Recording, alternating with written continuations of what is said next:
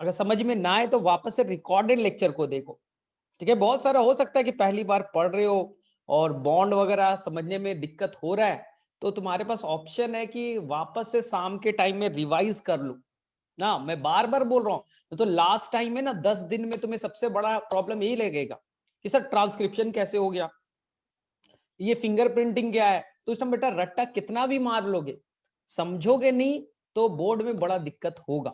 इसलिए ध्यान से पढ़ो, इस चैप्टर पे मेहनत करो। यही तो 4 चैप्टर है जिसपे मेहनत तुम्हें करना है, इसके अलावा तो मैंने बोला कि कोई चैप्टर ऐसा है नहीं। चलो अब देखो ध्यान से, तुम्हें मैंने पिछले क्लास में डीएनए का स्ट्रक्चर बता दिया, ठीक है। डीएनए के बारे में मैंने आपको पूरी तरह से बताया कि जो डीएनए होगा वो एक्चुअली में उसमें 2 स्ट्रैंड होंगे, यानी 2 धागे से बना होगा। जो 2 धागे होंगे वो इस तरह के नहीं होंगे। एनसीईआरटी कहता है लैडर, लैडर मतलब सीढ़ी। घर में सीढ़ी देखा है, लकड़ी वाली सीढ़ी होगा घर पे, लोहे वाली सीढ़ी होगा घर में, सीढ़ी देखा है, उसी की तरह होता है। लेकिन जो डीएनए का जो दोनों स्ट्रैंड है वो क्वाइल्ड फॉर्म में होगा, हेलिकल फॉर्म में होगा। इसलिए आप हमेशा कहते हो कि डीएनए जो है वो हेलिकल स्ट्रक्चर में बिलोंग करेगा, इस तरह से होगा। कभी भी आपने अगर एनसीईआरटी में देखा हो, आई थिंक एनसीईआरटी का जो फर्स्ट जो आपका फ्रंट पेज है, जैसे ही आप एनसीईआरटी को देखते हो वहां पर डीएनए का फिगर भी बना हुआ है। तो डीएनए जो है वो लैडर के तरह है, सीढ़ी के तरह है, लेकिन वो हेलिकल फॉर्म में है, ठीक है ना। इसे सबसे पहली बार डीएनए के हेलिकल स्ट्रक्चर को 2 साइंटिस्ट ने बताया था। ये बड़ा इंपॉर्टेंट क्वेश्चन बनेगा, जिसका नाम था वाटसन एंड क्रिक। कब बताया था? डीएनए का डबल हेलिक्स मॉडल, आंसर याद रखिएगा 1953, ठीक है। एक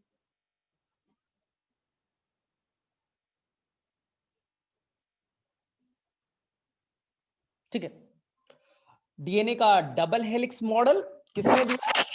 वाटसन एंड क्रिक ने। एक मिनट, म्यूट में क्या प्रॉब्लम,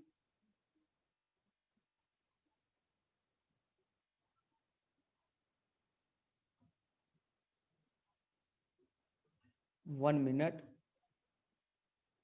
ठीक है। कब दिया था? 1953 को दिया था, ठीक है। लेकिन इस डीएनए का उन्होंने तो मॉडल दे दिया कि डीएनए दिखता कैसा, तो हेलिकल फॉर्म में है, ठीक है, क्वाइल्ड फॉर्म में है। लेकिन इसका मॉलिक्यूलर स्ट्रक्चर किसने दिया था? तो डीएनए में शुगर ऐसे है, फॉस्फेट है, नाइट्रोजनस बेस है। तो आपको याद रखना पड़ेगा डीएनए का जो मॉलिक्यूलर स्ट्रक्चर है वो 2 साइंटिस्ट ने दिया था। मॉलिक्यूलर स्ट्रक्चर यानी अंदरूनी बनावट, मॉलिक्यूलर स्ट्रक्चर। ये बड़ा फेमस क्वेश्चन बनता है और बच्चे थोड़ा गलत करते हैं। मॉलिक्यूलर स्ट्रक्चर मतलब इंटरनली जो डीएनए वो कैसा बना है। तो वो याद रखिएगा, 2 साइंटिस्ट थे जो आपके एनसीईआरटी में मेंशन है। एक का नाम था फ्रैंकलिन, फ्रैंकलिन, और दूसरे साइंटिस्ट का नाम था विल्किंस। तो 2 साइंटिस्ट है, फ्रैंकलिन और विल्किंस। इन्होंने, ठीक है, एक्स-रे क्रिस्टलोग्राफी, सिंपल समझो, डीएनए कैसा दिखता है तुम्हें कैसे पता चलेगा? तो हम लोग पहले डीएनए को प्योर क्रिस्टल के फॉर्म में कन्वर्ट करेंगे। आपको कभी भी कोई स्ट्रक्चर को दिखना है, इंटरनली पूरी तरह से एक्यूरेट स्ट्रक्चर निकालना है, तो आपको क्रिस्टल के फॉर्म में कन्वर्ट करना पड़ेगा। जैसे आप क्लास 11 में पढ़ा होगा कि जब आपको वायरस का स्ट्रक्चर देखना है तो वायरस को भी प्योर क्रिस्टल के फॉर्म में, प्योर सॉलिड के फॉर्म में कन्वर्ट करना पड़ेगा, जिसे किया था स्टैनले नाम के साइंटिस्ट ने, and they got the Nobel prize. इसी तरह से डीएनए का इंटरनली अरेंजमेंट कैसा है, मॉलिक्यूलर स्ट्रक्चर कैसा है, तो वो 2 साइंटिस्ट है, फ्रैंकलिन और विल्किंस। उन दोनों ने एक्स रे डिफ्रैक्शन मॉडल दिए, एक्स रे क्रिस्टलोग्राफी या डिफ्रैक्शन इसे कहते हैं। देखो नाम में क्लियर है, क्रिस्टलोग्राफी। उन्होंने डीएनए को प्योर फॉर्म में कन्वर्ट किया, क्रिस्टल के फॉर्म में कन्वर्ट किया, एक्स रे से बम्बार्ड किया, यानी एक्स रे क्रॉस किया, उसके बाद में कुछ स्ट्रक्चर निकला। तो इंटरनल स्ट्रक्चर, मॉलिक्यूलर स्ट्रक्चर किसने बताया? फ्रैंकलिन एंड विल्किंस ने। अब इसी डाटा को यूज किया वाटसन एंड क्रिक ने, और 1953 में उन्होंने डबल हेलिक्स मॉडल प्रपोज कर दिया, डबल हेलिक्स मॉडल प्रपोज कर दिया ना। इसमें कंफ्यूज मत होना कि डीएनए को डिस्कवर्ड किसने किया, बहुत सारे बच्चे कंफ्यूज होते। मैंने पिछले क्लास में बताया था, अगर क्वेश्चन पूछा जाए डीएनए को डिस्कवर्ड किसने किया, तो इन्होंने मॉडल दिया है, फ्रैंकलिन और विल्किंस ने एक्स-रे क्रिस्टलोग्राफी दिया है। अगर पहली बार डीएनए को डिस्कवरी निकाला देखा, वो इससे बहुत पहले ना, the scientist was the Miescher 1869 में ही, जब मेंडल का टाइम था 1869 में ही उन्होंने पस सेल से एक केमिकल निकाला था जिसका नाम दिया था न्यूक्लिन। ये न्यूक्लिन एक्चुअली में न्यूक्लियस से निकाला गया था, इसलिए नाम पड़ा न्यूक्लिन, एक्चुअली वो डीएनए ही था। तो अगर कभी पूछा जाए कि आपका न्यूक्लिक एसिड का डिस्कवरी किसने किया, तो आंसर करके आइएगा फ्रेडरिक मिशर, जो नीट 2020 में पूछा गया। अगर डबल हेलिक्स मॉडल पूछा गया तो वाटसन एंड क्रिक कीजिए, एक्सरे डिफ्रैक्शन मॉडल पूछा गया तो फ्रैंकलिन और विल्किंस आंसर कीजिए। तो सभी को आपको एग्जैक्टली उसी फॉर्म में याद रखना पड़ेगा, ठीक है। बाद में 1958, ठीक है, इन तीनों को कुछ याद है, इन्हें तीनों साइंटिस्ट को नोबेल प्राइज दिया गया था। किन्हें किन्हें दिया गया था? वाटसन को, क्रिक को और विल्किंस को। बाद में I think 1962 they got the Nobel prize. इन्हें कौन कौन थे? वाटसन थे, एक थे क्रिक और एक थे विल्किंस। इन तीनों को नोबेल प्राइज दिया जाता है। एक मिनट चेक कर लेना, आई थिंक 1962 ही होगा, ठीक है। ये डाटा को थोड़ा सा कंफर्म कर लेना, when they got the Nobel prize, ठीक है। इसमें याद रखना फ्रैंकलिन को नोबेल प्राइज नहीं दिया जाता है क्योंकि उनका 1958 के आसपास ही डेथ हो जाता है। याद रखना इस डाटा में फ्रैंकलिन को नोबेल प्राइज नहीं दिया जाता है क्योंकि नोबेल प्राइज देने से पहले ही उनका डेथ हो गया है, और डेथ के बाद में नोबेल प्राइज नहीं मिलता है। डेथ के बाद में नोबेल प्राइज नहीं दिया जाता है, सिंपल। इसलिए महात्मा गांधी को भी पीस का नोबेल प्राइज मिलना था, लेकिन उसी साल उनका डेथ हो गया, इसलिए उन्हें भी नहीं दिया गया। तो इसमें कंट्रोवर्सी से बचिएगा, ठीक है। अब बोलेंगे सर डीएनए में क्या क्या याद रखना, तो आपको एकदम सिंपल जो भी नीट के क्वेश्चंस बनेंगे या बोर्ड में बनेंगे फटाफट उसे सीख लो। फर्स्ट क्वेश्चन बनेगा बहुत ही आसान सा, कि अगर डीएनए, ये डीएनए का एक स्ट्रैंड है, ये 5'2'3' है, पोलैरिटी याद रखिए। डीएनए का एक स्ट्रैंड है 5'2'3', डीएनए डबल स्ट्रैंडेड होता है, और इस स्ट्रैंड पे हमने एक हाइपोथेटिकल सीक्वेंस दे दिया। किसी साइंटिस्ट को ना, मुझे ना तुम्हें, किसी को नहीं मालूम इस पे क्या सीक्वेंस होगा, तो मैंने हाइपोथेटिकल सीक्वेंस दे दिया कि मान लो यहाँ पर एडेनिन होगा, गुआनिन होगा, साइटोसिन होगा, थाइमीन होगा, एडेनिन है, थाइमीन है, एडेनिन है, गुआनिन। नीट के एग्जाम में एक सिंपल सा क्वेश्चन बनता है कि डीएनए के एक स्ट्रैंड पे आपका नाइट्रोजनस बेस का सीक्वेंस गिवन होगा, पूछा जाएगा दूसरे स्ट्रैंड पे जो सीक्वेंस होगा नाइट्रोजनस बेस का वो बताना है। ये बहुत ही आसान सा क्वेश्चन माना जाता है। पहले स्ट्रैंड के सीक्वेंस गिवन है, दूसरे स्ट्रैंड का सीक्वेंस बताना है। तो आप बोलिएगा एकदम सिंपल, डीएनए डबल स्ट्रैंड है और दोनों स्ट्रैंड एंटी पैरेलल होते हैं, यानी कि पहला स्ट्रैंड 5'2'3" रन कर रहा है तो दूसरा 3'2'5' होगा, ठीक। एंटी पैरेलल का मतलब यही है। और आपको बताया था रूल ऑफ कॉम्प्लीमेंटेरिटी, अगर पहले स्टैंड पे अगर एडेनिन है तो सामने में दूसरे स्टैंड पे थाइमीन होगा, एकदम पहले पे गुआनिन है तो ये साइटोसिन होगा, अगर साइटोसिन है तो गुआनिन होगा, थाइमीन है तो एडेनिन होगा। मैंने आपको बताया था कि पहले स्टैंड पे अगर एडेनिन है तो दूसरे स्टैंड पे उसका जो पार्टनर होगा वो थाइमीन ही होना चाहिए ना, और दोनों आपस में 2 हाइड्रोजन बॉन्ड से जुटे होंगे, ठीक है। कोवैलेंट बॉन्ड नहीं है, हाइड्रोजन बॉन्ड है, वीक बॉन्ड है, इसलिए आसानी से टूट भी सकता है। अगर एक स्टैंड पे गुआनिन है तो सामने वाले स्टैंड पे साइटोसिन होगा, यही है रूल ऑफ कॉम्प्लेमेंटेरिटी, ठीक है। और जी और सी आपस में 3 हाइड्रोजन बॉन्ड से जुटे होंगे। बहुत ही आसान सा क्वेश्चन बनता है। तो एडेनिन है तो यहां थाइमीन हो गया, थाइमीन है तो एडेनिन हो गया, एडेनिन है तो थाइमीन हो गया, गुआनिन है तो साइटोसिन हो गया। तो कभी भी डीएनए का एक स्टैंड पे सीक्वेंस गिवन है तो दूसरे स्टैंड पे आप सीक्वेंस आसानी से बता सकते हो। बोले ठीक है, एक क्वेश्चन बना।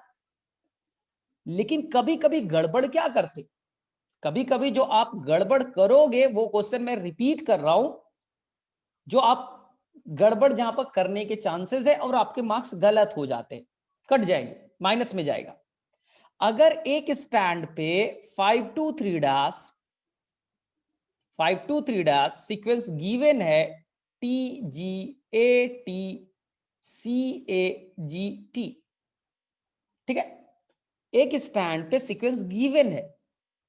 अब आपसे पूछा जाएगा दूसरे स्टैंड का सीक्वेंस बताइए, दूसरे स्टैंड का सीक्वेंस बताइए। तो मैं देखता हूं सभी बच्चे इसमें अगर हड़बड़ाहट में, अगर आपने ढंग से नॉलेज गेन नहीं किया है तो इसमें गलत होने के भरपूर चांसेस है। जितना क्वेश्चन आसान है इसमें आप ट्रैप हो जाते हैं।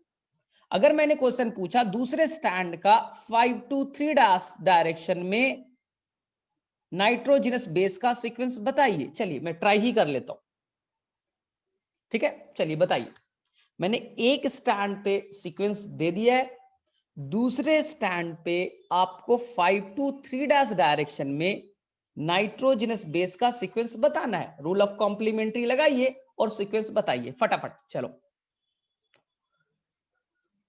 चलो फटाफट आंसर बताइए, क्या होगा इसका आंसर।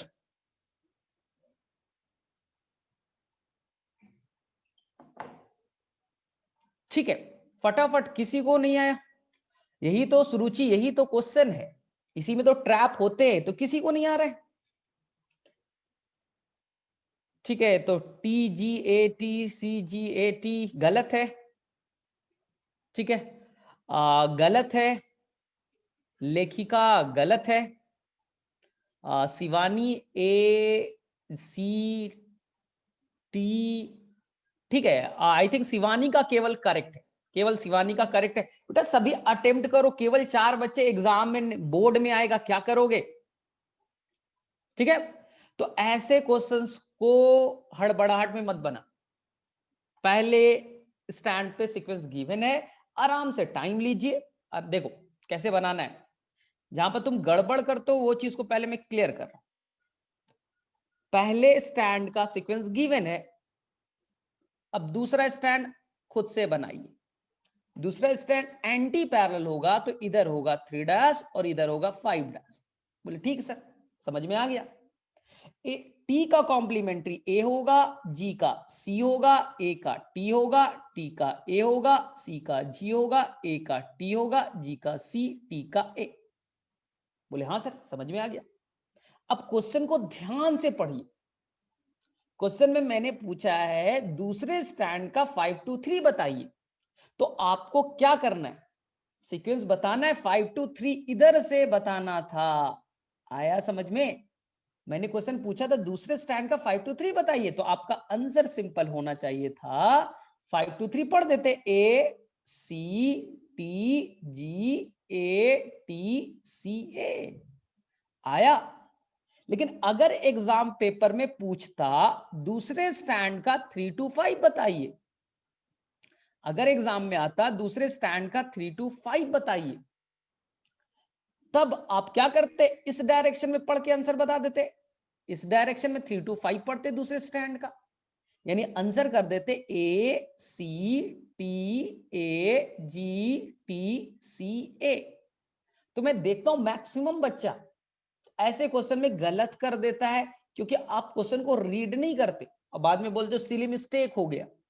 तो पहला स्टैंड पे सीक्वेंस गिवन है, दूसरा पूछ रहा है लेकिन किस डायरेक्शन में पूछ रहा है, तो आप पहले दूसरा स्टैंड खुद से तैयार कीजिए और उसको रीड करिए। अगर पेपर में, क्वेश्चन पेपर में 523 पूछ रहा है, 523 का बताइए। अगर 3 to 5 का पूछ रहा है तो 3 to 5 का बताइए। जो क्वेश्चन पेपर में गिवन होगा वैसे ही आंसर करना है, ज्यादा एक्सपेरिमेंट नहीं करना है। मैं देखता हूं जैसे ही ऐसे क्वेश्चन है, सर टी का ए, जी का सी, अरे भाई किस डायरेक्शन में बता रहा हूं, ये इंपॉर्टेंट। ठीक है, तो इस बार कोई गड़बड़ नहीं करना, फिर भी मैं एक बार ट्राई कर लेता हूं। पहले सीक्वेंस दे रखा है 3 to 5 G A G A T C, G A T C. चलिए अब बताइए, मुझे डीएनए का दूसरा स्टैंड बताइए 3 to 5। मुझे डीएनए का दूसरा स्टैंड का सीक्वेंस बताइए 3 to 5 डायरेक्शन में। अब समझ में आया? मेरे में से इस बार कोई गलती नहीं करेगा। चलो फटाफट, बहुत ही आसान सा क्वेश्चन है, आंसर करो इसका। चलो फटाफट आंसर करो। देखो जब तक इंटरेक्ट नहीं करोगे फिर मेरे पास में मैं भी इंटरेस्ट नहीं लूंगा, सिंपल है। क्योंकि ये चैप्टर बहुत ही कॉम्प्लेक्स होगा, तो जब तक तुम स्टार्टिंग से इंटरेक्ट नहीं करोगे तो मेरा कोई इंटरेक्शन नहीं रहे। ठीक है, बहुत ही आसान सा क्वेश्चन है, बहुत ही आसान सा है। फटाफट निकिता ने किया है, सुरुचि ने किया, बाकी क्या कर रहे हो? ठीक है, आयुषी ने किया, बाकी क्या कर रहे हो? मोहम्मद शारिक, अरुण शाह, क्या कर रहे हो? केवल बैठ करके करना है तो भाई फिर मैं भी जाता हूं, आप भी बंद करो क्लास, मैं भी बंद करता हूं, घर चलते हैं। कुछ तो हाँ ना कुछ भी तो बोलोगे तो एग्जाम में क्या करोगे?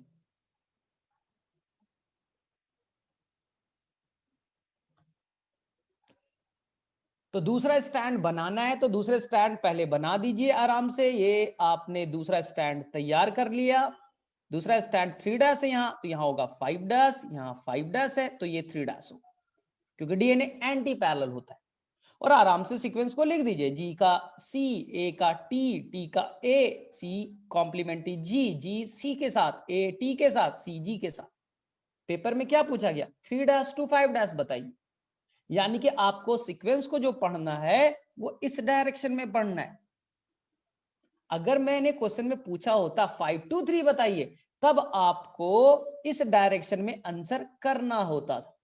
ठीक है, तो मेरे में से समझ में आ गया होगा। चलो ये बताओ किसे समझ में नहीं आया? किसे समझ में नहीं आया? जिसे समझ में नहीं आया वो बेटा मैसेज करो, और जिसे समझ में आ गया हैंड रेस करो, तब मैं आगे मूव करूंगा, दूसरा क्वेश्चन को सॉल्व करेंगे। जिसे समझ में आ गया हैंड रेस कर दो, और जिसे समझ में नहीं आया मैसेज कर दो, मैं दोबारा से समझा दूंगा।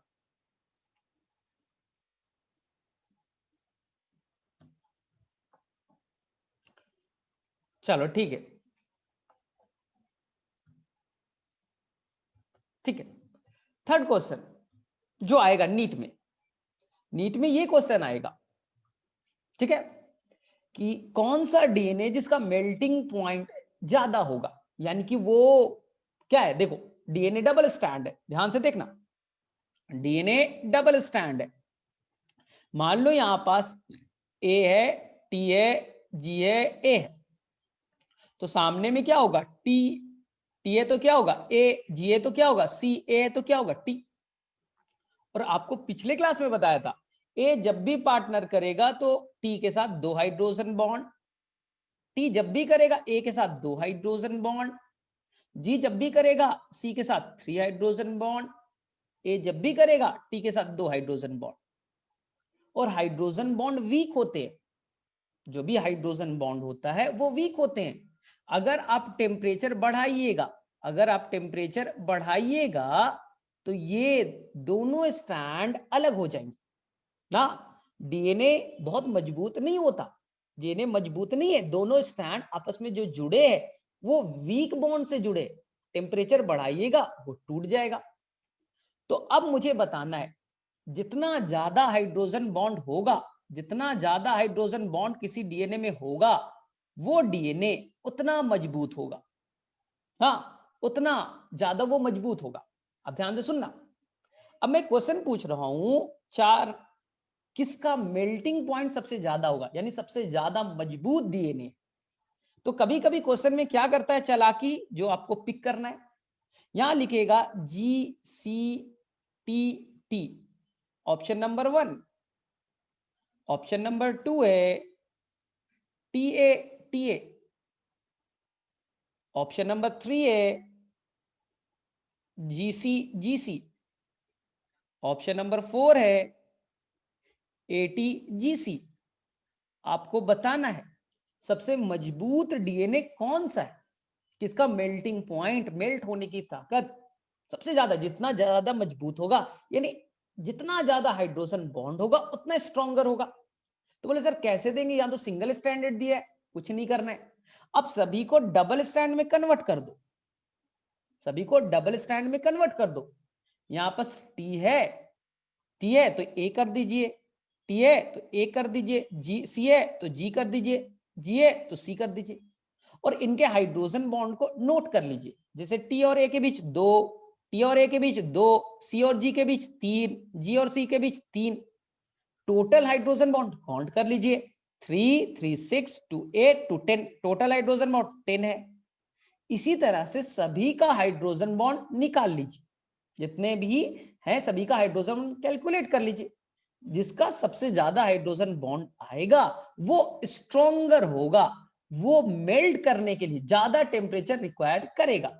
तो मेल्टिंग ना, तो मेल्टिंग किस पे डिपेंड करेगा, जितना ज्यादा डीएनए मजबूत होगा, जितना ज्यादा हाइड्रोजन बॉन्ड उसमें पाए जाएंगे।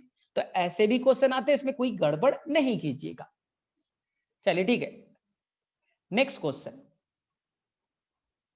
डीएनए में पूछा जाएगा।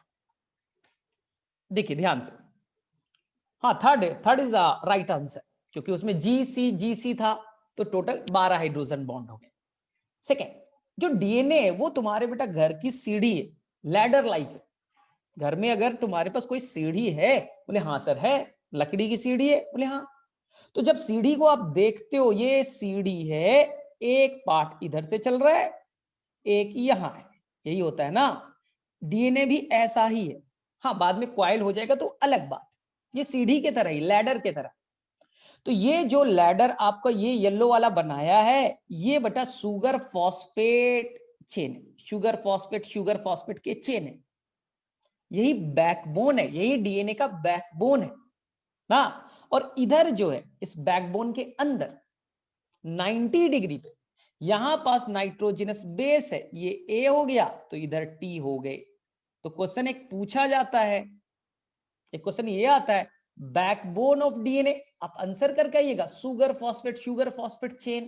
मैंने पिछले क्लास में भी बताया था कि शुगर फॉस्फेट, यहां पर आप मान लेते हैं ये शुगर है, ये शुगर है, ये शुगर है, ये शुगर है, ध्यान से देखिए, और यहां पर फॉस्फेट है, तो शुगर फॉस्फेट जो है वो रहेगा आपका backbone of DNA, backbone of DNA.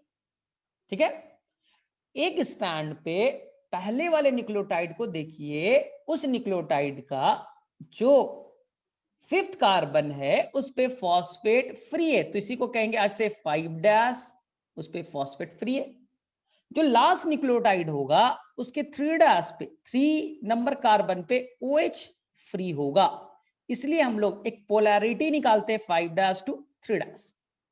तो जो आपको अभी स्ट्रक्चर बन रहा है वो बैकबोन है, इस बैकबोन के अंदर यहां पास पाया जाता है नाइट्रोजनस बेस, यहां पास पाया जाएगा नाइट्रोजनस बेस। ये कुछ भी हो सकता है, मैंने हाइपोथेटिकल बनाया। सर आप ए के बाद टी लिख रहे हो, क्या ऐसा ही होता है? नहीं, ऐसा नहीं होता, मैंने हाइपोथेटिकल बनाया। तुम्हें मर्जी है बेटा जी जी जी 1000 बार लिखो, मैं मना नहीं करूंगा, मैं मना नहीं करूंगा। तो सर डीएनए में तो, सर डीएनए में तो 2 स्ट्रैंड होते, हाँ एकदम करेक्ट है, तो दूसरा स्ट्रैंड भी तो बना रहा हूं ना, एंटी पैरेलल वाला दूसरा स्ट्रैंड भी तो तैयार कर दिया। तो पहले आप क्या बनाइए, शुगर फॉस्फेट चेन। ध्यान देखिए, ये फॉस्फेट फॉस्फेट फॉस्फेट फॉस्फेट है, मैंने शुगर फॉस्फेट का चेन बना दिया, बैकबोन बन गए। जैसे आपने देखा है ना लोहे वाली घर में सीढ़ी देखा है, तो जो बेटा दोनों साइड में है वही शुगर फॉस्फेट चेन है, और अंदर में जो है वो नाइट्रोजनस बेस है। तो देखिए इस न्यूक्लियोटाइड पे यहां पास क्या फ्री होगा, ये 3' है, यहां OH फ्री होगा, और यहां 5' पे फॉस्फेट फ्री है। अंदर में नाइट्रोजनस बेस है जो कॉम्प्लीमेंट्री पेयरिंग कर रहा है, ए का पार्टनर फिक्स है कि टी ही होगा, टी का पार्टनर ए है, ए होगा, जी का पार्टनर सी होगा, जी का पार्टनर सी होगा। ठीक है, अब डीएनए स्टेबल क्यों है सर? दोनों स्ट्रैंड स्टेबल क्यों है सर, अलग क्यों नहीं होता?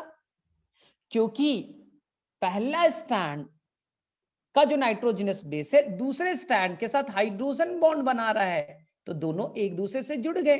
दो स्ट्रैंड एक दूसरे से जुटे हैं, क्यों? पहला स्ट्रैंड दूसरे स्ट्रैंड से वीकली जुटा है। और एक बेस पेयर, ध्यान से सुनिएगा, ये आज से कहलाएगा वन बेस पेयर ना। वन बेस पेयर, ये पेयर हो गए ना, ए और टी क्या हो गए, एक पेयर हो गया, ये पेयर हो गए, पेयर हो गए ना। तो एक पेयर पे दूसरा पेयर है, यहां एक हो गए, फिर दूसरा हो गया, फिर तीसरा हो गया, चौथे हो गए, पांचवें होंगे। तो एक पेयर दूसरे पे स्टैक हो रहा है, जुड़ रहा है, यहां जुटा, फिर यहां जुटा, फिर यहां जुटा, फिर यहां जुटा। इसके चलते एक पेयर पे दूसरा पेयर आ रहा है, इस स्टैकिंग के चलते डीएनए स्टेबल है। तो डीएनए डबल स्टैंडर्ड फॉर्म में क्यों स्टेबल है, अलग क्यों नहीं होता? क्योंकि पहला दोनों आपस में जुड़े हैं हाइड्रोजन बॉन्ड से, और एक पेयर दूसरे पे स्टैक कर रहा है, इसलिए इस दो रीजन के चलते डीएनए स्टेबल, डीएनए स्टेबल है। बोले ठीक है सर, लेकिन अगर आप टेम्परेचर बढ़ाइएगा, आप 70 डिग्री 80 डिग्री टेम्परेचर ले जा रहे हैं ना, तो ये बेटा वीक बॉन्ड है, ये हाइड्रोजन बॉन्ड वीक होता है, आसानी से टूट जाएगा, याद रखिएगा। डीएनए जो है वो वीकली जुड़ा है दूसरे स्ट्रैंड से, हाई टेम्परेचर पे ये आसानी से अलग हो जाता है। इसी वर्ड को कहते हैं डीनेचुरेशन, इसी वर्ड को कहते हैं डीनेचुरेशन। डीएनए का दोनों स्ट्रैंड जो है, ये दो स्ट्रैंड थे, टेम्परेचर आपने बढ़ाया और हाइड्रोजन बॉन्ड वीक होते टूट गए, तो दोनों स्ट्रैंड एक दूसरे से अलग हो जाएंगे, it is called the denaturation. बोले ठीक है सर, लेकिन जिस डीएनए में गुआनिन और साइटोसिन ज्यादा होगा, तो गुआनिन और साइटोसिन 3 हाइड्रोजन बॉन्ड बनाते हैं, तो वो ज्यादा मजबूत होंगे, ज्यादा मजबूत होंगे, तो वो आसानी से नहीं टूटते। जो बैक्टीरिया होता है, प्रोकैरियोट्स होते हैं, उनका डीएनए मजबूत है, हमारा डीएनए वीक है। क्यों सर? प्रोकैरियोट्स का डीएनए मजबूत क्यों है?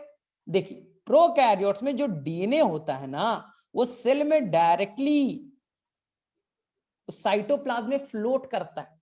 आपने पढ़ा है, प्रोकैरियोट्स में फॉल्स न्यूक्लियस होते हैं, उनमें न्यूक्लियर मेम्ब्रेन नहीं होता, डीएनए बेटा डायरेक्टली साइटोप्लाज्म में तैर रहा है। साइटोप्लाज्म में अलग अलग एंजाइम है ना, उसे बेटा स्टेबिलिटी चाहिए। जबकि यूकैरियोट्स में आप तो जानते हो, हमारा जो डीएनए है वो वेल कवर्ड है न्यूक्लियर मेम्ब्रेन से, इनसाइड न्यूक्लियस है, तो हमें बहुत ज्यादा स्टेबिलिटी की जरूरत नहीं है।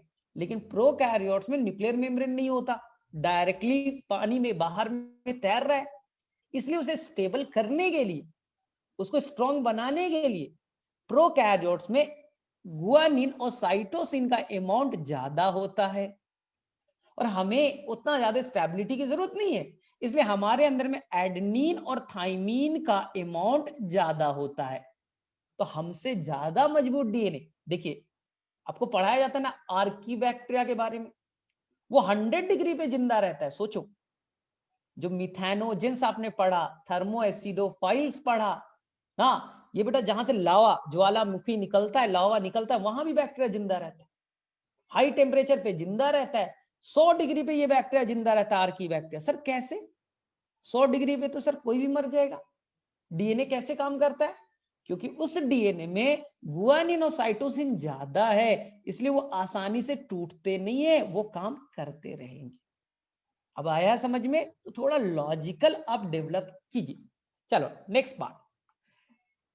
अब देखिए, अब हमें बनाना है कि जो वाटसन एंड क्रिक ने जो डीएनए प्रपोज किया, डीएनए के कई सारे फॉर्म होते हैं, डीएनए की कई तरह के फॉर्म है, लेकिन आपको बस अपने एग्जाम पेपर में याद रखना है बी फॉर्म ऑफ डीएनए। आपको अपने एग्जाम में याद रखना बेटा B form of DNA. DNA A form भी होता है, बी भी होते हैं, सी भी होता है, जेड भी होते हैं। आपको नहीं पढ़ना ये सब चक्करों में, आपको बस याद रखना है कि जो मेन डीएनए है जिसे वाटसन एंड क्रिक ने प्रपोज किया था, वो बी फॉर्म ऑफ डीएनए था ना, लेकिन थोड़ा सा मैं कंपैरिजन करूंगा जेड फॉर्म ऑफ डीएनए से भी, तो आपके लिए मेन जो डीएनए है वो बी फॉर्म वाला डीएनए ही पढ़ना है, जिसे वाटसन एंड क्रिक ने बताया था। बोले सर क्या है बी फॉर्म ऑफ डीएनए? तो कहीं अगर पेपर में कुछ ना लिखे रहे तो आपको मान के चलना है कि आपका जो डीएनए एग्जाम पेपर में वो कौन सा फॉर्म का दिया है, बी फॉर्म का दिया है। बी फॉर्म ऑफ डीएनए में है क्या? जो जो डीएनए है वो तो हेलिकल फॉर्म में, हेलिकल फॉर्म में जो डीएनए है आपका वो तो बेटा रोटेट कर रहा है हेलिक्स के फॉर्म में, क्वाइल कर रहा है। तो जब वो क्वाइलिंग करेगा, ध्यान से सुनना, जब वो क्वाइलिंग कर रहा है, लोहे वाली सीढ़ी को देखो, ये लोहे वाली सीढ़ी है, यहां पर तुम हो, अब ऐसे चलो, यहां पर तुम हो, तुम्हारा दोस्त है, अब ऐसे घूमो, लोहे वाली सीढ़ी पे चलो, ऐसे घूम करके जहां पास कंप्लीट 360 डिग्री तुम कंप्लीट करोगे, यहां देखिए, यहां आप हो, यहां से चलने के बाद में पूरा घूमो 360 डिग्री घूम करके वापस से तुम यहां आ जाओ, नीचे में तुम्हारा दोस्त, ऊपर में तुम हो, तो कितना तुमने कंप्लीट किया सर? 1 टर्न, 360 डिग्री धीरे धीरे धीरे धीरे धीरे कंप्लीट कर लिया। इसी को कहते हैं वन पिच, इसी को कहते हैं हम लोग वन पिच या वन टर्न। आया समझ में? तो आपके एनसीईआरटी में कुछ नहीं, वन पिच, धीरे धीरे ये डीएनए रोटेट कर रहा है, ऐसे ऐसे रोटेट कर रहा है ना, तो ऐसे रोटेट करके जहां पास 360 डिग्री कंप्लीट कर लेगा, इस पूरे 360 डिग्री जो कंप्लीट पूरा किया, इसी को कहते हैं वन टर्न या वन पिच। एनसीईआरटी में वन पिच लिखा है। बोले ठीक है सर। सर इस वन टर्न वन पिच में क्या होगा, कितना डिस्टेंस होगा, ये इंपॉर्टेंट है। तो जब आप वन टर्न और वन पिच पढ़ेंगे तो इसके अंदर total number of base pair 1 2 3 4 5 6 7 8 9 10 fix है। एक टर्न के अंदर जो 360 डिग्री रोटेट किया है, इस 360 डिग्री के अंदर में total number of base pair कितना होगा? तो answer is the 10 base pair, 10 base pair पाए जाएंगे वन टर्न में। एक टर्न यानी 360 डिग्री। आ गया? फिक्स है सर। वन टर्न का डिस्टेंस कितना होगा? हाँ ये इंपॉर्टेंट सर, यहां से यहां जो वन टर्न किया सर, उसका कुछ डिस्टेंस तो होगा। तो वन टर्न का जो डिस्टेंस है वो याद रखना है, वो होगा 34 एंगस्ट्रम। एंगस्ट्रम, लेकिन हम लोग एंगस्ट्रम से ज्यादा स्टैंडर्ड वर्ड है नैनोमीटर, हम लोग एंगस्ट्रम की जगह नैनोमीटर वर्ड यूज करते। सर नैनोमीटर में क्या होगा? आप एंगस्ट्रम को 10 से डिवाइड कर दो तो आ जाएगा 3.4 नैनोमीटर। आप एंगस्ट्रम को 10 से डिवाइड कर दीजिए, इसलिए जो स्टैंडर्ड डाटा होता है वो एंगस्ट्रम की जगह नैनोमीटर गिवन होता है। तो आपको कभी कंफ्यूज नहीं होना है, 34 आ गया लेकिन एंगस्ट्रम है या नैनोमीटर, ध्यान दीजिएगा। तो एंगस्ट्रम को 10 से डिवाइड किए, नैनोमीटर आएगा, और नैनोमीटर को 10 से मल्टीप्लाई कर दीजिए, एंगस्ट्रम आएगा। सर क्यों? क्योंकि एंगस्ट्रम होता है 10 पे पावर -10 और नैनोमीटर होता है 10 पे पावर -9। अब आपको यूनिट को जो चेंज करने आता होगा। बोले हाँ सर। अब एक टर्म में 34 एंगस्ट्रम हो गए सर, तो दो बेस पेयर के बीच डिस्टेंस कितना होगा? सोचो, तुम यहां और तुम्हारा दोस्त यहां, ठीक। अब लोहे की सीढ़ी पे चलो, यहां से यहां वन टर्न 360 डिग्री, बीच में कितनी सीढ़ियां हुई? 1 2 3 10 सीढ़ी। तो यहां तुम और तुम्हारे दोस्त वन टर्न कंप्लीट कर लिया, घूम करके तुम्हारा दोस्त ऊपर खड़ा हो गया, टोटल डिस्टेंस 34, बीच में स्टेप्स कितने हैं? 10। तो distance between two base pair कितना होगा? Distance between two base pair, तो आपका आंसर बहुत ही स्वीट सा होना चाहिए। आप और आपके दोस्त वन टर्न पे हैं, यानी कितनी दूरी? 34 एंगस्ट्रम। बीच में कितने स्टेप है सर? 10 स्टेप है। तो दो स्टेप के बीच, दो बेस पेयर के बीच डिस्टेंस निकाल लीजिएगा। यहां से यहां 34 है, बीच में कितने बेस पेयर? 10। तो डिवाइड कर दीजिए, आंसर स्वीट आ जाएगा 3.4 एंगस्ट्रम। यानी कि कभी भी डीएनए में पूछा जाए दो बेस पेयर के बीच डिस्टेंस कितना है, यानी इन दोनों के बीच बताइए, तो आपका आंसर होगा 3.4 एंगस्ट्रॉम। लेकिन अगर नैनोमीटर में पूछा जाए तो आप आंसर कर दीजिएगा कितना, स्टैंडर्ड वर्ड नैनोमीटर है, तो आप 10 से डिवाइड कर दीजिए 0.34 नैनोमीटर। बोले ठीक है sir. And the third one, DNA की मोटापा, डीएनए का थिकनेस, डायमीटर कितना है। मैंने कल भी बताया था, डीएनए देखो हेलिकल फॉर्म में तो है, कहीं भी अब उसे सीधा कर दो, सीधा कर दो डीएनए को, और डीएनए को सीधा करके पूछो भैया आपका मोटापा कितना है, थिकनेस कितना है, यूनिफॉर्म है, हर जगह सेम होगा, हर जगह सेम होगा, कहीं ज्यादा कहीं कम नहीं, यूनिफॉर्म थिकनेस। तो नेक्स्ट आएगा डायमीटर ऑफ डीएनए, जो डीएनए का डायमीटर है, मोटापा है, वो कितना है। आप आंसर कर दीजिएगा 20 एंगस्ट्रॉम या डिवाइड कर दो 10 से, तो आंसर आ जाएगा 2 नैनोमीटर। 2 नैनोमीटर, कहीं ज्यादा मोटा नहीं, कहीं कम मोटा नहीं, हर जगह सेम मोटापा मिलेगा ना, तो इसमें कोई भी गड़बड़ नहीं करना है। बोले ठीक है सर। तो ये आपको हमेशा के लिए याद रखना है ये चार डेटा को। और लास्ट वन, जो डीएनए है उसका क्वाइलिंग किधर है। जो डीएनए क्वाइलिंग कर रहा है ना, तो बेटा क्लॉकवाइज कर रहा है, एंटी क्लॉक कर रहा है, कैसे कर रहा है, क्वाइलिंग तो कर रहा है।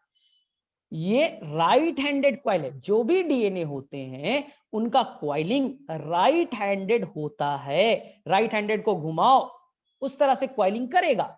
तो जो बी फॉर्म ऑफ डीएनए है उसका क्वाइलिंग किधर से हो रहा है, राइट हैंडेड हो रहा है। सारे डीएनए राइट हैंडेड होते हैं, एक ही एक्सेप्शन है, और एक्सेप्शन है तो इंपॉर्टेंट होगा। एक ही एक्सेप्शन है जेड फॉर्म। मैंने बोला ना डीएनए की कई सारी वैरायटी है, कई सारे फॉर्म है, आपको नहीं पढ़ना, बस जो इंपॉर्टेंट है वो आपको याद करना है कि जेड फॉर्म में जो होगा वो लेफ्ट हैंडेड क्वाइलिंग शो करेगा।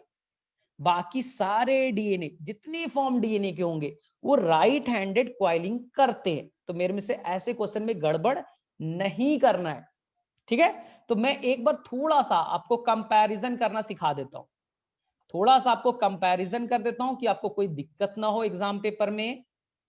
तो अगर पेपर में कुछ भी ना लिखे, काहे पूछे बेटा डीएनए का लंबाई कितना है, डीएनए का मोटापा कितना है, अब बोल रहे सर कौन सा डीएनए, मत पूछिएगा, एग्जामिनर थोड़ी ना बताएगा कि कौन सा डीएनए पूछा गया एग्जाम पेपर में। अपना दिमाग को अप्लाई कीजिएगा। मैंने हमेशा बोला है डीएनए मेनली होता है बी फॉर्म वाला, तो आपको नहीं ढूंढना है सर ए फॉर्म वाला होगा क्या, डी फॉर्म नहीं बच्चा, पेपर में नहीं लिखा है कुछ, मान के चलो B form. Watson and Crick ने यही दिया था, वाटसन एंड क्रिक का डीएनए देखिएगा तो वो बी फॉर्म ही था। लेकिन कभी कभी नीट में बहुत पहले ऐसा क्वेश्चन आते थे कि वहां पर लिखा रहता था जेड फॉर्म ऑफ डीएनए बताइए। जेड का मतलब सर जिग जैग, टेढ़ा कुबड़ा, जिग जैग। बी का कोई मीनिंग नहीं, बी फॉर बॉम्बे मत याद कर लीजिए, जेड फॉर जिग जैग, टेढ़ा कुबड़ा। हाँ बोले सर क्या डिफरेंस क्या है। देखिए ध्यान से, जितने भी फॉर्म होंगे डीएनए के, ए फॉर्म भी है, सी फॉर्म भी है, बहुत सारे फॉर्म है डीएनए के, सभी फॉर्म जो है वो राइट हैंडेड क्वाइलिंग करना पसंद करेंगे, राइट हैंडेड क्वाइलिंग करेंगे। जेड फॉर्म बोलेगा नहीं मैं करूंगा left handed, left handed. Sir Z form कहां पाया जाता है और हमारे अंदर कौन सा डीएनए है। Simple answer,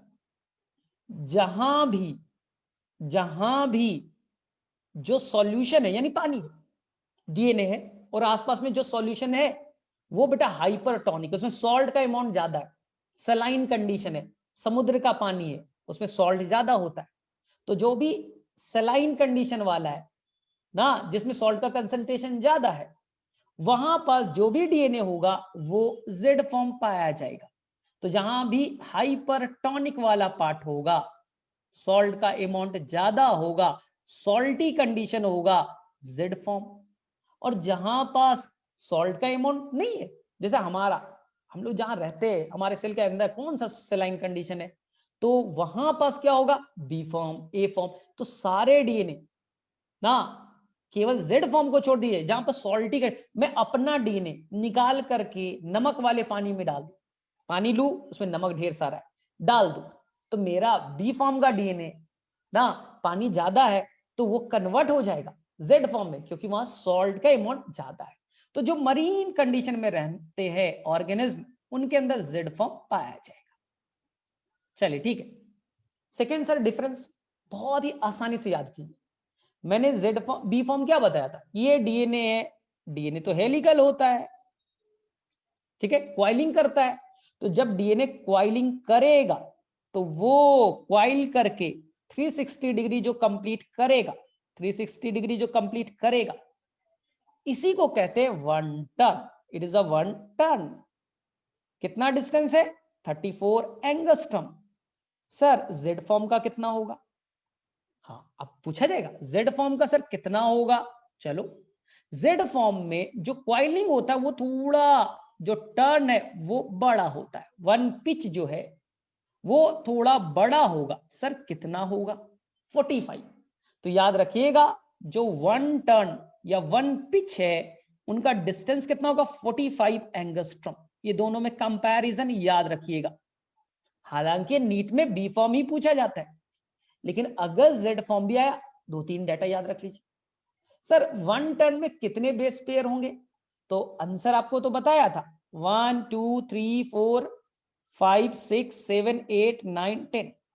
how many base pair? 10 base pair. इसका कहने का मतलब बेटा 20 न्यूक्लियोटाइड। एक पेयर के अंदर 2 न्यूक्लियोटाइड होंगे, तो यानी कि हाउ मेनी न्यूक्लियोटाइड? 20 न्यूक्लियोटाइड। याद रखिएगा, कभी कभी हम लोग न्यूक्लियोटाइड का नंबर पूछ देता है, आप रट्टा मार के गए हो 10 और वहां पूछ रहा है कितना, कितने न्यूक्लियोटाइड है, वो आपने तो पेयर याद किया है, तो याद रखना है 20। सर यहां कितने होंगे जेड फॉर्म में?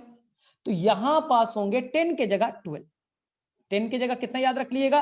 12 याद रख लीजिएगा, ठीक है। 12 बेस पेयर पर टन, यानी हाउ मेनी न्यूक्लियोटाइड? 24 न्यूक्लियोटाइड। तो कोई बच्चा मुझे डिस्टेंस बता सकता है, दो बेस पेयर है, इन दो बेस पेयर के बीच डिस्टेंस कितना होगा? What is the distance between the two base pair? कोई बच्चा? जेड फॉर्म में एक जो पिच है, एक जो टर्न है, टोटल 45 एंगस्ट्रॉम है, टोटल जो स्टेप है वो 12 बेस पेयर है। तो मुझे दो बेस पेयर के बीच डिस्टेंस बता सकते हो? चलो बताइए फटाफट, कैसे बताइएगा? चलिए आंसर बताइए। बोले सर बहुत आसान है, इतना आसान? टोटल लिख देंगे सर, टोटल 45 एंगस्ट्रॉम है ना? बोले हाँ, ठीक है। और सर टोटल बेस पेयर कितने हैं उनके बीच में? 12। तो लगभग सर, लगभग 3.7 या 3.8 के पास, जो भी तुम्हारा आंसर आ जाता है कैलकुलेट करके बता देना, 3.7 या 3.8, चलो 3.75, 3.7 एंगस्ट्रॉम होगा दो बेस पेयर के बीच दूरी। बोले हाँ सर याद हो गया। चलिए नेक्स्ट वन, ठीक है। इसका जो डायमीटर होगा, यानी मोटापा जो होगी, मोटापा कैसे निकालो? क्वाइलिंग वाइलिंग हटा दो, एकदम सीधा कर दो, उसके बाद में मेजर कर लो इसका डायमीटर। तो इसका जो डायमीटर होगा वो 18 होगा, जो डायमीटर होगा वो 18 होगा एंगस्ट्रॉम में, एंगस्ट्रॉम में। तो मेरे में से सभी बच्चे को बहुत ही ध्यान से समझ में आना चाहिए। ऐसे ये हमेशा इससे क्वेश्चन आता है, एक टर्न का बताइए, डायमीटर बताइए, टोटल बेस पेयर बताइए, ये आपको हमेशा के लिए याद होना चाहिए। चलिए नेक्स्ट मैं आपसे पूछता हूं, बड़ा इंपॉर्टेंट क्वेश्चन है, एनसीईआरटी का डेटा है। देखिए एनसीईआरटी ने ये न्यूमेरिकल सॉल्व भी किया। ये मान लीजिए ये आप एक ह्यूमन बीइंग, या आप अपना मान लो, ये आप हो, आपका मैंने एक सेल ले लिया, ये सेल है। बोले ठीक है सर, सेल ले लिया। सेल के अंदर ये न्यूक्लियस है, ये व्हाइट वाला क्या है? न्यूक्लियस। और न्यूक्लियस के अंदर में ये डीएनए, न्यूक्लियस के अंदर में क्या है? ये डीएनए। ठीक है सर। सर इस डीएनए के अंदर में, मेरे अंदर सर जो डीएनए है, इनके अंदर सर टोटल बेस पेयर कितने होंगे सर? हम तो ह्यूमन बीइंग है, ह्यूमन बीइंग के अंदर में total number of base pair कितना पाया जाता है सर?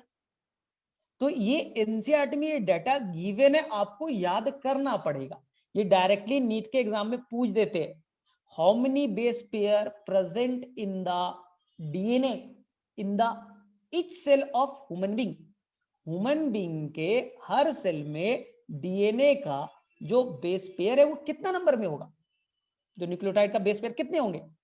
तो एनसीईआरटी डाटा देता है वो है बेटा 3.3 into 10⁻⁹ base pair in the, लेकिन ध्यान से सुनना, ये जो डाटा गिवन है 3.3 इंटू 10⁻⁹ बेस पेयर, लेकिन वो डाटा जो है वो हैप्लॉइड के लिए, वो हैप्लॉइड के लिए, वो डिप्लॉइड के लिए नहीं है। हैप्लॉइड कहने का मतलब आपको बहुत अच्छे से पता है, स्पर्म में ओवम हैप्लॉइड होता है। तो ये डाटा हैप्लॉइड के लिए, तो गलती से भी एग्जाम में पहले पेपर पे देखिएगा हैप्लॉइड में पूछा है या डिप्लॉइड में पूछा है।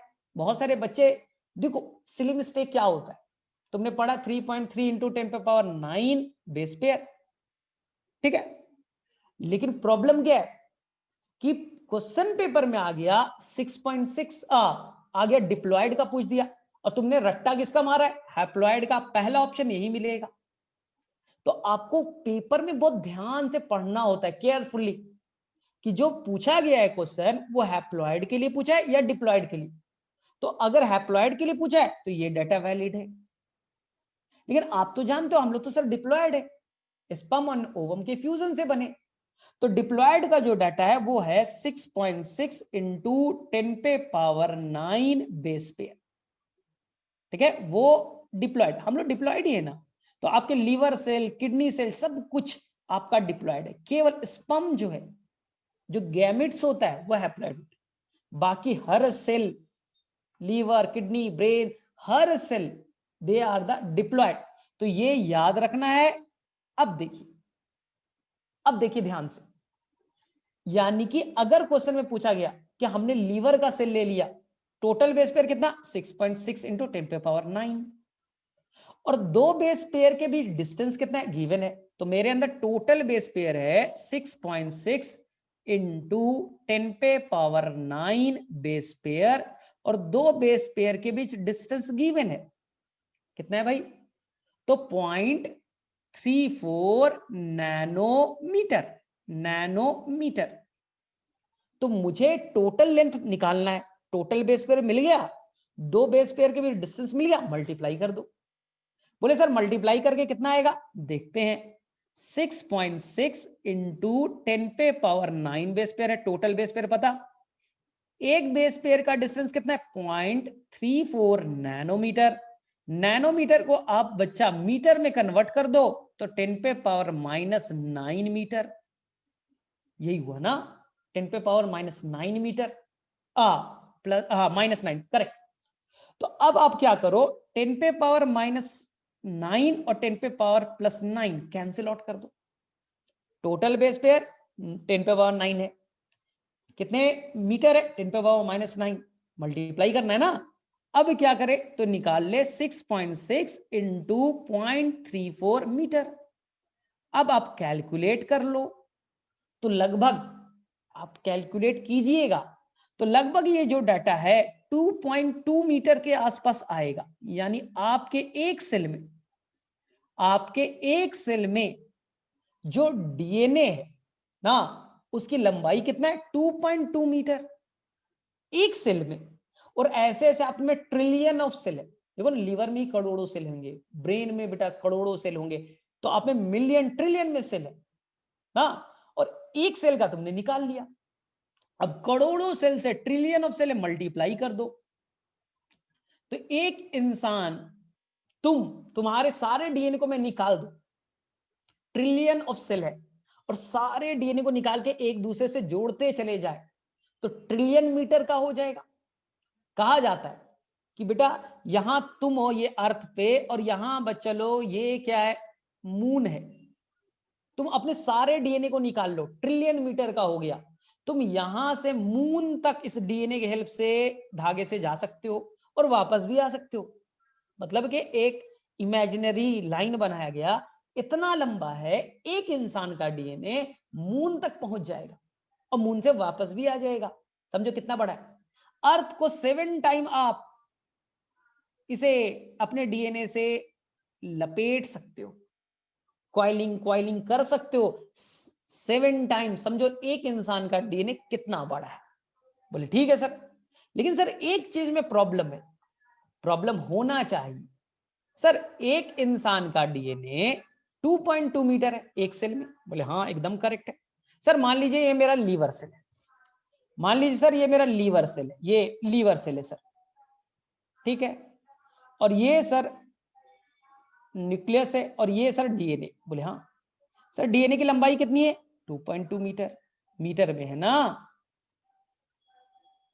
लेकिन जो लीवर का सेल, जो लीवर का सेल है, ये लीवर का सेल का जब आप साइज को देखोगे, जो लीवर का सेल है उसके साइज को देखोगे, तो आपका जो एवरेज साइज है ह्यूमन बीइंग के अंदर में, जो एवरेज साइज होता है वो होता है 10 to 100 माइक्रोमीटर। सेल का साइज 100 माइक्रोमीटर है, 100 माइक्रोमीटर है सेल का साइज। और उस सेल के अंदर एक छोटा सा पार्ट है न्यूक्लियस, और न्यूक्लियस के अंदर में 2 मीटर का डीएनए। सोचो, यानी तुम्हारा घर 100 माइक्रोमीटर का है, तुम्हारा घर बेटा 100 माइक्रोमीटर का है, उसके अंदर में एक रूम है जिसका नाम न्यूक्लियस है। उस न्यूक्लियस के अंदर में 2 मीटर का बेड लगा हुआ है। क्या पॉसिबल है? क्या पॉसिबल है?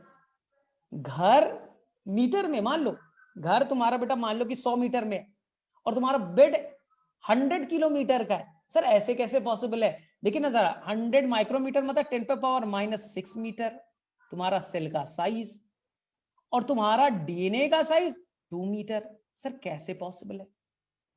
इसलिए पॉसिबल है क्योंकि इस डीएनए को बहुत ही ज्यादा हम लोग लपेट करके, क्वाइल्ड करके, सुपर क्वाइल्ड करके उस जगह पे फिट करेंगे।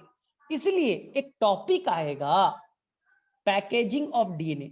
जो डीएनए है उसका लंबाई तुम देख सकते हो 2 मीटर का है, लेकिन सर इतने छोटे जगह में कैसे रहेगा? तो उस धागे को हमें बार बार लपेट करके लपेट करके लपेट करके उसे छोटे से जगह में एडजस्ट करना है। इसलिए आपके एनसीईआरटी में पूरा एक पेज, एक टॉपिक गिवन है, पैकेजिंग ऑफ डीएनए। डीएनए को आप कैसे पैकेज करके रखोगे इनसाइड द न्यूक्लियस, न्यूक्लियस के अंदर कैसे आप पैकेज करके रखिएगा। प्रॉब्लम क्या है पैकेजिंग में? सबसे बड़ा प्रॉब्लम है कि डीएनए पे तो पहले निगेटिव चार्ज, सबसे बड़ा प्रॉब्लम है कि डीएनए पे पहले तो निगेटिव चार्ज है, और तुम इतने निगेटिव वाले चार्ज को कैसे एक जगह होल्ड करके रखोगे? प्रॉब्लम तो ये है ना, डीएनए पे निगेटिव चार्ज। सर क्यों? क्योंकि डीएनए बना है न्यूक्लियोटाइड से, और न्यूक्लियोटाइड में फॉस्फेट आयन है। न्यूक्लियोटाइड में क्या है? फॉस्फेट आयन है। और फॉस्फेट आयन आने के चलते, फॉस्फेट आयन आने के चलते ना ओवरऑल निगेटिव हो गया। और निगेटिव चीज को तुम पहले तो न्यूट्रलाइज करोगे, और ऐसा कैसे करेंगे न्यूट्रलाइज? इसलिए डीएनए को पहले न्यूट्रल करना है। इस न्यूट्रल करने के लिए आपको जरूरत पड़ेगी एक हिस्टोन नाम की प्रोटीन की, आपको जरूरत पड़ेगी हिस्टोन नाम की प्रोटीन की। बोले सर ठीक है सर, ये तो पढ़ा है हमने हिस्टोन नाम का प्रोटीन। इस पे क्या होगा सर? इस पे पॉजिटिव चार्ज होगा और डीएनए पे नेगेटिव होगा, दोनों में इंटरेक्शन होगा, इलेक्ट्रोस्टैटिक इंटरेक्शन। ये पॉजिटिव ऊपर से नेगेटिव दोनों न्यूट्रलाइज कर जाएंगे। बोले एकदम सही है सर। सर पॉजिटिव क्यों होता है? सेकंड क्वेश्चन तुम्हारे दिमाग में चलेगा, सर हिस्टोन प्रोटीन में पॉजिटिव चार्ज क्यों है? क्योंकि हिस्टोन क्या है? एक प्रोटीन है, और प्रोटीन बने होते हैं एमाइनो एसिड से। हिस्टोन प्रोटीन बना है एमाइनो एसिड से, बहुत सारे एमाइनो एसिड के मिलने से प्रोटीन बनता है। लेकिन इस हिस्टोन प्रोटीन बनाने में basic nature of amino acid का नंबर ज्यादा होगा। They are rich in basic amino acid, यानी इस प्रोटीन बनाने में वैसे एमाइनो एसिड ज्यादा अमाउंट में होंगे जो बेसिक नेचर के हैं, और बेसिक पे पॉजिटिव चार्ज होता है, एसिडिक पे नेगेटिव चार्ज होता है। लेकिन इस प्रोटीन बनाने में उनकी क्वांटिटी, ऐसा नहीं केवल बेसिक एमाइनो एसिड से बना है, नहीं। एनसीईआरटी का क्या वर्ड है? They are rich in basic amino acid. तो ये मत कह दिया कि they are the only made up of the basic amino acid, नहीं, they are rich in basic amino acid like lysine and arginine. ये बहुत फेमस क्वेश्चन है, ये बहुत ही फेमस क्वेश्चन है, इसे आप गड़बड़ नहीं कीजिएगा। कई बार नीट के एग्जाम में, बोर्ड के पेपर में पूछा गया कि जो हिस्टोन प्रोटीन है ओवरऑल पॉजिटिव क्यों है, तो उसका आंसर है they are rich in basic amino acid. Basic पे पॉजिटिव चार्ज होता है। सर कौन सा बेसिक एमाइनो एसिड? याद रखिए, लाइसिन और आर्जिनिन। बोले सर कैसे जुटेगा ये, इसको समझिए, इसको बहुत ही ध्यान से एनसीईआरटी के अकॉर्डिंग आपको समझना है। देखिए हिस्टोन प्रोटीन की बनावट को देखिए पहले, ये हिस्टोन प्रोटीन है। अब हिस्टोन प्रोटीन है 5 तरह के। कितने तरह के? 5 तरह के। यही क्लू है, ध्यान से सुनिएगा। एक का नाम है H1, एक का नाम है H1, एक का नाम है H2A, एक का नाम है H2B, एक का नाम है H3 और एक का नाम है H4। जो हिस्टोन प्रोटीन है ना, they are rich in basic amino acid. कितने तरह के हिस्टोन प्रोटीन होते हैं? तो आंसर 5 तरह के, H1, H2A, H2B, H3 and H4। अब ध्यान से सुनना है, इनमें से H2A के 2 यूनिट, H2B के 2 यूनिट, H3 के 2 यूनिट और H4 के 2 यूनिट। ठीक है, 2 यूनिट। ठीक है, सभी के 2-2 यूनिट, 2-2 यूनिट। टोटल कितने हो गए? 8। यही मिलकर के बनाते हैं हिस्टोन ऑक्टामर। एनसीईआरटी में एक वर्ड यूज करेगा ऑक्टामर, ऑक्टा का मतलब 8 होता है, तो यही मिलकर के बनाएंगे हिस्टोन ऑक्टामर, हिस्टोन ऑक्टामर। ठीक है, बोले सर कैसे बनेगा हिस्टोन ऑक्टामर? चलिए देखते हैं। तो मैंने क्या बोला, सभी का 2-2 पार्ट ले लीजिए। यहां देखिए, सभी का आप 2-2 पार्ट ले लीजिए। सर किसका किसका? 2 यूनिट ले लीजिए H2A का, 2 यूनिट ले लीजिए H2A का, 2 पार्ट H2A का, 2 पार्ट H2B का, 2 पार्ट H2B का, 2 पार्ट H3 का, 2 पार्ट H3 का और 2 पार्ट H4 का। तो याद रखिए क्वेश्चन ये आता है नीट के एग्जाम में, ऑक्टामर में कौन सा हिस्टोन प्रोटीन एब्सेंट है। तो मेरे से बहुत ही आसान सा क्वेश्चन बनता है, जो ऑक्टामर है उनमें से कौन सा हिस्टोन प्रोटीन एब्सेंट है। तो बहुत ही इजी सा क्वेश्चन बनेगा कि हमने 8 बनाया लेकिन उसमें H1 नहीं है, देख लीजिए H1 नहीं है। अब बताइए हिस्टोन ऑक्टामर पे कौन सा चार्ज आ गया? तो बोलेंगे सर पॉजिटिव चार्ज है, क्योंकि इसके अंदर में हिस्टोन वाली प्रोटीन है जिसमें ओवरऑल चार्ज पॉजिटिव। इसी को हम लोग कहते हैं NU बॉडी, न्यूक्लियोसोम बॉडी, या इसी को कहते हैं कोर पार्टिकल, कोर पार्टिकल। बोले ठीक है सर। सर एनसीईआरटी में ये फिगर नहीं है? नहीं है, एनसीईआरटी में एक ऑक्टामर का डायरेक्टली फिगर बना दिया गया है, जैसे मैं अभी बना रहा हूं, ध्यान से सुनिएगा। एनसीईआरटी ने क्या किया है कि डायरेक्टली एक हिस्टोन ऑक्टामर बना दिया। ये एनसीईआरटी में देखिए ग्रीन कलर से बना है। बोले ठीक है सर, इसमें बनाने की जरूरत है तो सीख लो। इसके अंदर में तुमने 2 ले लिया H2A का, 2 ले लिया H2B का, 2 ले लिया H3 का और 2 ले लिया H4 का। ये क्या बन गया? Histone octamer. बोले हाँ सर एकदम क्लियर है, ये सर हिस्टोन ऑक्टामर है 8, एनसीईआरटी में ग्रीन कलर से बना है। ओवरऑल कैसा है? Positive charge. अब यहां से आएगा आपका डीएनए, ध्यान से सुनना, ये डीएनए आएगा, कोई गड़बड़ नहीं, एकदम आराम से समझो। ये ऑक्टामर है गोला, इस पे आएगा डीएनए, डीएनए पे नेगेटिव चार्ज, दोनों में होगा इंटरेक्शन, इलेक्ट्रोस्टैटिक इंटरेक्शन, एक नेगेटिव एक पॉजिटिव, न्यूट्रलाइज। अब डीएनए जो आएगा, ध्यान से सुनना, पूरा एक रोटेशन मारेगा इसके ऊपर, पूरी तरह से एक बार पूरी तरह से घूम गया उस गोला पे। बॉल लो, एक धागा लो, धागा को बेटा पूरी तरह से घुमा दो, एक कंप्लीट टर्न हो गया, रोटेट कर गया। अब होगा 3/4 टर्न। दूसरा रोटेशन कंप्लीट नहीं करना है, देख लीजिए, यहां से लाया और उधर से निकाल दिया, यहां से आया ना, तो 2 तो मैंने कंप्लीट नहीं किया ना। तो कितना रोटेशन करता है याद रखिएगा, 1 कंप्लीट टर्न डीएनए का एंड 3/4 टर्न, 1 और 3/4, 2 कंप्लीट नहीं। तो इसी को हम 1.75 नहीं लिख सकते क्या? 1.75 टर्न, 1 और चौथाई, 3/4। बोले हाँ सर, लेकिन सर डीएनए जुड़ेगा कैसे और निकलेगा कैसे? सर क्लिप है क्या? कोई क्लिप करेगा, जोड़ेगा तब तो, ऐसे अपने मन से आएगा, निकल कैसे जाएगा? तो इसे क्लिप करने के लिए यहां पर H1 डालेंगे, यहां पर इस क्लिप को जोड़ने के लिए, डीएनए को अंदर डालने के लिए, डीएनए को बाहर निकालने के लिए यहां पर मुझे क्लिप की जरूरत पड़ेगी। It is called the H1, it is called the H1। ये H1 होगा जो जोड़ेगा और निकालने का काम करेगा, याद रखिएगा। अब 3 चीजें हो गई। बोले सर क्या क्या हो गया? ये जो पूरा स्ट्रक्चर है इसी को कहते हैं न्यूक्लियोसोम, इसी को कहते हैं न्यूक्लियोसोम। तो कंफ्यूज नहीं होना है आपको, कंफ्यूज नहीं होना है। न्यूक्लियोसोम में 3 पार्ट है। एक तो ऑक्टामर है जो व्हाइट वाला आपको दिख रहा है, पार्ट 1। स्टोन ऑक्टामर हो गया जो अंदर में है, बॉल। उसके ऊपर डीएनए, तो दूसरा पार्ट क्या हो गया? दूसरा पार्ट कौन हो गया? DNA, DNA.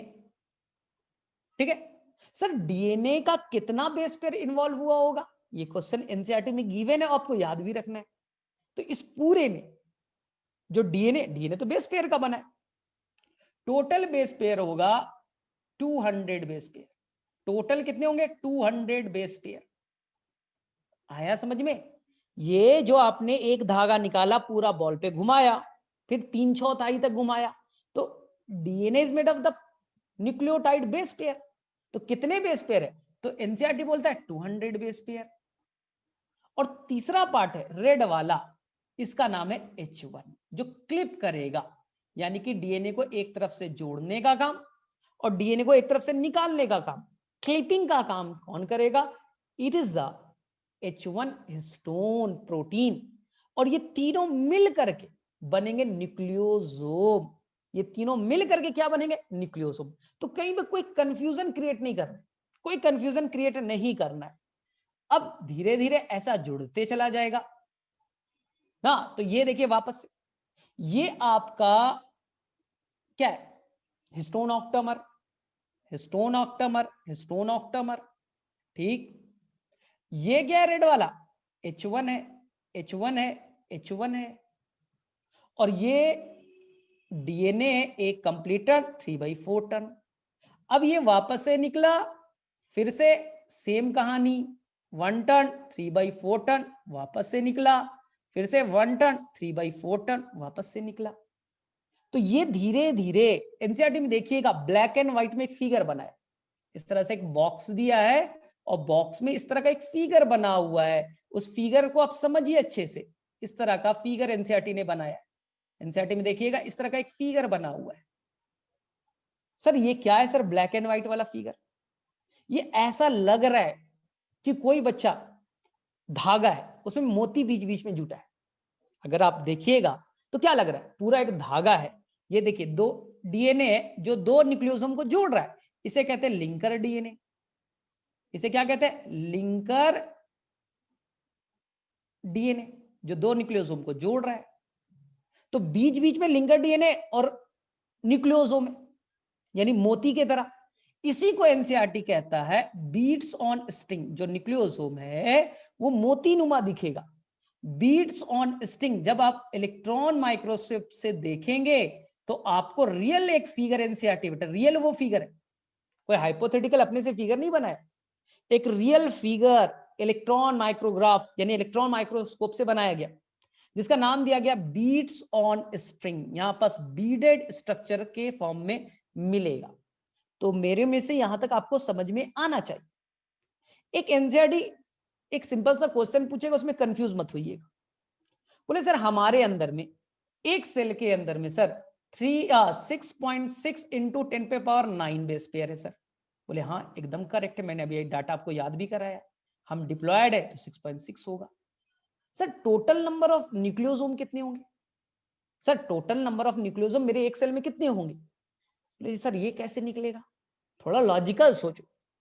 200 base pair, 200 base pair मिल करके, 200 बेस पेयर मिल करके एक न्यूक्लियोसोम बना रहा है, तो आप बस ना इसे 200 से डिवाइड कर दो तो नंबर ऑफ न्यूक्लियोसोम निकल जाएगा। आया समझ में? क्लियर है? अगर क्वेश्चन आ गया कि आपके एक सेल में कितने न्यूक्लियोसोम है, कैसे निकालूंगे? तो पहले आपको याद रखना है आपके सेल के अंदर डीएनए कितना है, तो सर 6.6 इंटू 10⁻9।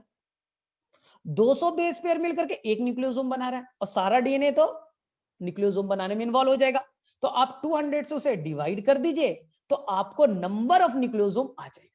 तो मुझे बताइए कैलकुलेट करके कितना नंबर ऑफ न्यूक्लियोसोम आपके एक सेल में पाया जाएगा? आपके एक सेल में कितने नंबर ऑफ न्यूक्लियोसोम पाए जाएंगे? चलो फटाफट आंसर बताइए। How many nucleosome present in each cell of human being? कितना होगा? डिवाइड कर दो ना। चलो निकालो और आंसर बताइए। तुम्हारे अंदर टोटल बेस पेयर मालूम है 6.6 इंटू 10⁻9 बेस पेयर, उसे आप 200 से डिवाइड कर दो तो डिवाइड करने के बाद में कुछ तो डाटा आएगा, तो नंबर ऑफ न्यूक्लियोसोम होगा। चलो कोई बताएगा आंसर? ठीक है, तो बहुत ही आसान सा है, बहुत ही आसान सा है। ठीक है, संजना 3.3 इंटू 10⁻7 आएगा ना, 6 कैसे आएगा? यहां से आप डिवाइड कर दो, 2 से आप डिवाइड कर दो ना, तो 2 से डिवाइड करोगे तो कितना हो जाएगा? 3.3, और यहां पर 2 0 है तो 10⁻7 न्यूक्लियोसोम पाए जाएंगे। ठीक है, कभी कभी एक क्वेश्चन पूछा जाता है उसमें बच्चे गलत करते हैं, प्रोकैरियोट्स के अंदर में कितने नंबर ऑफ न्यूक्लियोसोम पाए जाएंगे? अब बोलिएगा कि प्रोकैरियोट में हिस्टोन प्रोटीन होता ही नहीं, बैक्टीरिया के अंदर कोई हिस्टोन प्रोटीन होते ही नहीं है, तो उनके अंदर में कोई न्यूक्लियोसोम नहीं होगा, क्योंकि न्यूक्लियोसोम बनने के लिए क्या चाहिए? Histone octamer. और याद रखना प्रोकैरियोट्स के अंदर में कोई हिस्टोन प्रोटीन नहीं पाया जाता, नो हिस्टोन प्रोटीन, उनके अंदर हिस्टोन प्रोटीन नहीं होते, तो इनके अंदर ये बीड्स ऑफ स्ट्रिंग, न्यूक्लियोसोम ऐसे स्ट्रक्चर नहीं पाए जाएंगे। तो सर डीएनए फिर कैसे न्यूट्रलाइज करेगा अपने आप को, हिस्टोन प्रोटीन तो नहीं है वहां। तो प्रोकैरियोट्स के अंदर में कुछ स्पेशल प्रोटीन होते हैं, वहां पास हिस्टोन प्रोटीन तो नहीं होते, लेकिन वहां पास कुछ स्पेशल प्रोटीन होते हैं जिसे हम लोग कहते हैं पॉलीएमाइंस, उसे हम लोग कहते हैं पॉलीएमाइंस। ठीक है, तो पॉलीएमाइंस के हेल्प से प्रोकैरियोट्स अपने आप को क्वाइल करने में हेल्प करेगा। चलो ठीक है, तो मैं देख रहा हूं कि ठीक है बहुत सारे बच्चे अपने मन से आते हैं, अपने मन